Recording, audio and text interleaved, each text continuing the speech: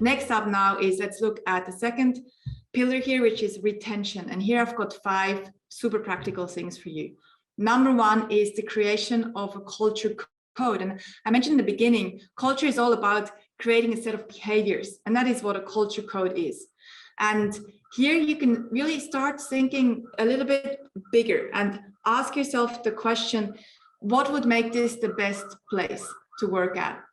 And then establish a few rules about your behaviors, non-behaviors, team principles, etc. And here I've just got a few. This is an example, a screenshot of our culture book where we have our principles documented. Some of our team principles are: use your best judgment, be proactive, make mistakes, etc. And these were established through a collaborative approach.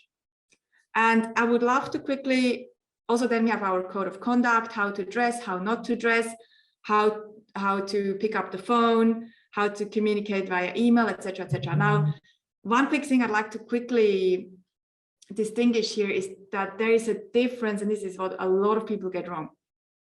There's a difference between company values and team principles. Your company values originate from the founder or founders, and possibly even the leadership team if they've been there for a while. Your team principles can be established in a collaborative approach.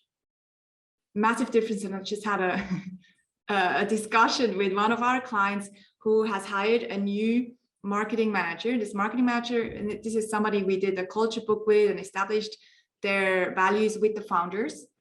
There were 4 founders. And then the marketing person came in and they said, hey, we did this all wrong. We need to do the values again. They need to come from the team. They don't, because the team changed. The team's flavors change. Your values are almost a little bit set in stone. Yeah, you can adjust a little bit along the way, but they're generally quite strong, your values, and they need to sort of stick to what the founder wants to set out to achieve. However, your team principles, and this is what this guy was basically talking about without realizing it, is your team principles can be done in a collaborative way, and they may also change along the way. So one of the team principles that we've added only after already the culture code was established is that it's called shh at the bottom here in one of the pages. Basically, it talks about how we don't want to be interrupted all the time, because we had a culture a little bit here of interruption, which drove everyone nuts. So we had to establish that as a team principle for people to understand, okay, cool. So there are certain times in the day where we can go and interrupt each other.